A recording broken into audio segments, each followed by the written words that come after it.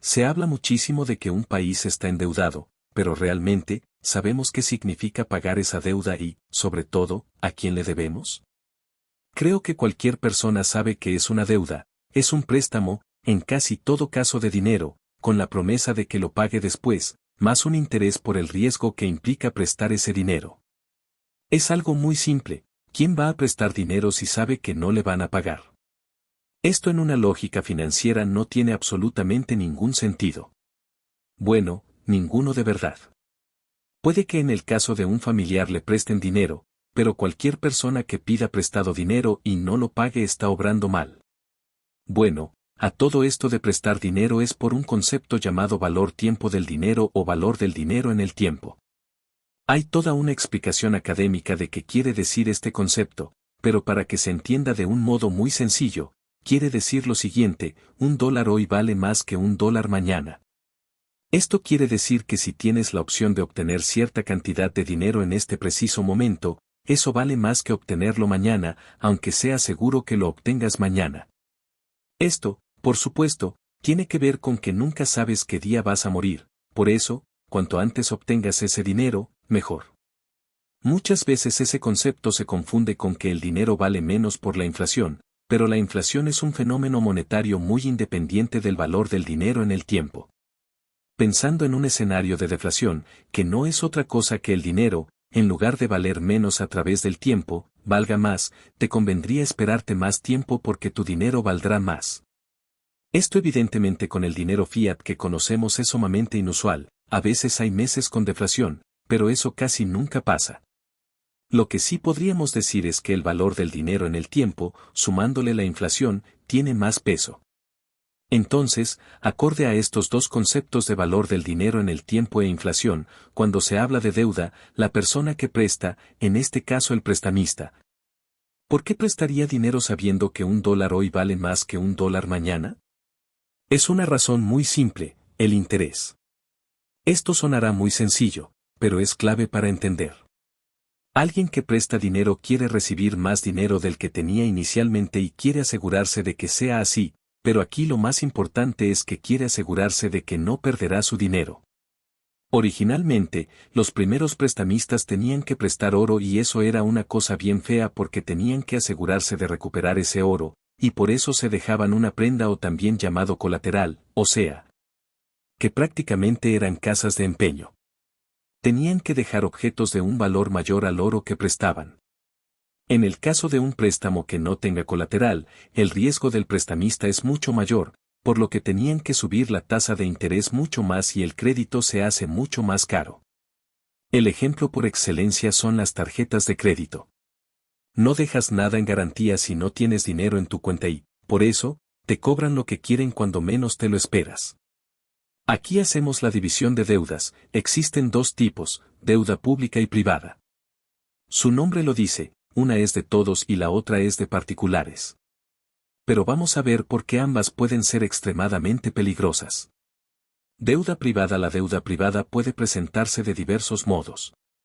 Ya les había hablado de las tarjetas de crédito, pero también están los préstamos hipotecarios, estudiantiles, pagarés, cheques, letras de cambio, bonos corporativos y una larguísima lista de etcéteras. Es cualquier título de deuda emitido por un particular. La importancia de este tipo de deudas es relevante por una razón muy simple: un nivel muy grande de deudores privados puede generar problemas a todo el sistema financiero de un país, básicamente creando una burbuja crediticia y llevando a la ruina a millones de personas, como ocurrió en el año 2008. Ya luego dicen que fue por el neoliberalismo y no sé qué. Quise empezar por la deuda privada primero porque se deja mucho de lado, pero si se emite deuda privada de manera irresponsable puede ser más peligrosa que la deuda pública.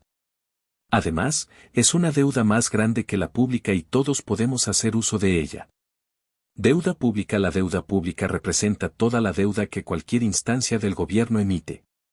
También la llaman deuda soberana. Para que sepan que si les dicen que defienden a la soberanía están defendiendo la deuda. Cuando hablamos de deuda pública, aquí es donde entra la deuda interna y externa. La deuda pública en sí es un instrumento de política económica. Básicamente el gobierno tiene dos formas de obtener dinero, impuestos y deuda pública. Como subir impuestos no es una idea muy popular, los gobiernos se valen más de la deuda para disimular. Me preguntarán por qué no mencioné la impresión de billetes. Bueno, para emitir billetes es necesario crear deuda gubernamental. Esta deuda se tomaría como deuda interna. Cómo se genera es algo complicadísimo todo el proceso, y cada país tiene sus políticas. Lo que hace Hacienda en sí es emitir bonos que tendrá que pagar con impuestos. Estos bonos los aprueba el Banco Central y los pone a la venta en subastas cada cierto día. A cambio de los bonos, el Banco Central puede imprimir nuevo dinero para prestárselo al gobierno. El Banco Central determina la tasa de interés y el número de los bonos ascienden, y finalmente los subasta en el mercado primario, o sea que se los vende a los bancos y grandes instituciones financieras. En el mercado primario los mortales no figuramos. Es importante decir aquí que esos bonos el Banco Central se los puede quedar o puede recomprarlos. Si se los quedan, es como si le hubieran prestado al gobierno directamente ellos mismos y listo. Esto sería una deuda ficticia, porque básicamente el Banco Central les daría dinero y luego podría perdonarle la deuda de esos bonos. Evidentemente esto no se hace mucho, porque querría decir que pueden emitir el dinero que quieran sin control. Si el Banco Central vende, es como si el gobierno le pidiera prestado a inversionistas de bonos. El Banco Central solo sería un intermediario. Estos bonos se ponen a la venta en el mercado de dinero, así se le llama al mercado de deuda o de bonos por si un día escuchan el término. El mercado de capitales sería de acciones de empresas. Es importante saber estas cosas. Entonces, en el mercado de dinero hay un sinfín de bonos de deuda que puedes comprar y esperar al vencimiento para que el gobierno o empresas te paguen tu dinero al final más un interés. Como quien dice, si tú compras un bono de cierto gobierno, ellos tienen que pagar ese dinero más el interés que dice el bono pase lo que pase. Te van a pagar, es obligatorio y pobres de los gobiernos que no paguen sus deudas, así les baja lo mismo con las empresas. Con bonos siempre te dicen que los bonos de países son más seguros que los de empresas. Particularmente yo no creo que sea cierto en todos los casos. Estos bonos no es como que los inversionistas busquen esperarse a una eternidad al vencimiento. Como todo mercado, se compran y venden todos los días bursátiles. Entonces pueden comprar de distintas empresas o distintos países y venderlos cuando les plazca. Los bonos que emite cada gobierno tienen sus particularidades. La mayoría los van a pagar en su propia moneda. Sin embargo, llega a haber series de bonos especiales que pagan en otras monedas que no son de su país. Lo más común es que se paguen en dólares, pero pues en general en divisas fuertes como lo son los yenes japoneses, francos suizos, euros y libras esterlinas. Ese tipo de bonos serían para atraer en su mayoría inversionistas de todo el mundo, y al no poder emitir esta moneda, se consideraría deuda extranjera. Esto lo hacen países cuando tienen reservas de más en otras monedas y se pueden dar el lujo de ofrecer un buen bono en el mercado para pedir prestado, pero en general no conviene. Aquí entraría el tema de los agregados de masa monetaria. Son categorías de dineros por así decirlo. Voy a utilizar como ejemplo al Banco de México, pero todo banco central tiene sus agregados. Van del nivel M1 al M4. M1 es el dinero en efectivo en pesos y dinero que puede ser inmediatamente como crédito y cheques. M2 es M1 más bonos gubernamentales a largo plazo y otros instrumentos de deuda a 5 años y otras cosas. M3 es M2 más todos los bonos que emite el gobierno mexicano que tienen residentes mexicanos. M4 es M3 más todos los bonos que andan en manos extranjeras. Como quien dice M4, M3 ya sería la deuda pública externa, por decir si México emite bonos que pagará en dólares y los vende, entrarían en M4 por dar un ejemplo. Entonces, con esto de los agregados se mide la masa monetaria de un país. Se saben las deudas en su moneda y todos los detalles. La verdad es que no es tan simple. Siempre decimos que hay que pagar la deuda, pero ni siquiera sabemos de la deuda de qué agregado de masa monetaria estamos hablando. Por si fuera poco, en todos los presupuestos de egresos ocurre algo muy interesante, hay un techo de la deuda. Esto quiere decir que un gobierno tiene prohibido endeudarse más de un cierto nivel. El ejemplo más famoso es Estados Unidos. Siempre termina subiendo el techo de la deuda. Prácticamente podríamos decir que no hay límite de público, pero esto pasa en todo el mundo, no solo en Estados Unidos. Cuando hablamos de deuda en general es un círculo vicioso, ya que como expliqué anteriormente Hacienda se tiene que endeudar para pedir el prestado dinero al Banco Central. Pero a él Hacienda le tiene que pagar dinero más intereses. Además, los bancos al emitir un cheque o un préstamo emiten dinero sin respaldo. Por eso es que la cantidad total de dinero en el sistema financiero es inimaginablemente mayor que el dinero en efectivo. Literalmente la inmensa mayoría es crédito. También existen deudas con instituciones internacionales. Las más famosas son el Fondo Monetario Internacional y el Banco Mundial, ambas filiales de la ONU nacida después de la Segunda Guerra Mundial.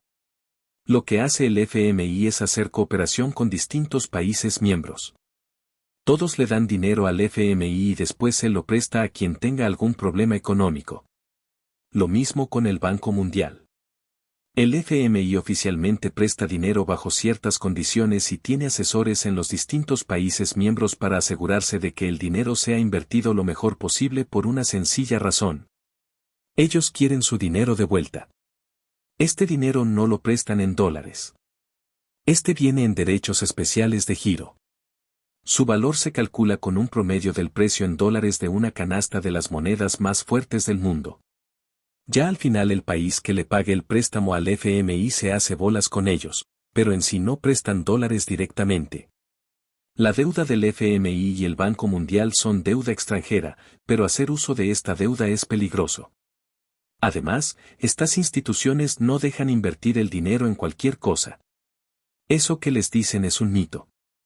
Ellos siempre quieren su dinero de vuelta y jamás van a aprobar un préstamo sin diversas cláusulas. Tienen muchos tipos de préstamos para cada situación, así que ya están prefabricados. Al final, la deuda pública y privada se paga o se reestructura a perpetuidad, es decir, que siempre la estará pagando la población y las generaciones actuales y las futuras. Podemos decir que en el sistema actual se presta dinero, pero nunca se va a poder pagar, aunque puedan seguir endeudándose para pagar deudas anteriores. No es algo necesariamente malvado considerando que al nacer somos inútiles muchos años hasta que podemos generar algo de ingreso. El problema es cuando esa deuda se usa en exceso e irresponsablemente, como se hizo en 2008. Si pueden ver el video, entenderán un poco más en cuanto a deuda pública. Un ejemplo perfecto son las menciones a nivel mundial.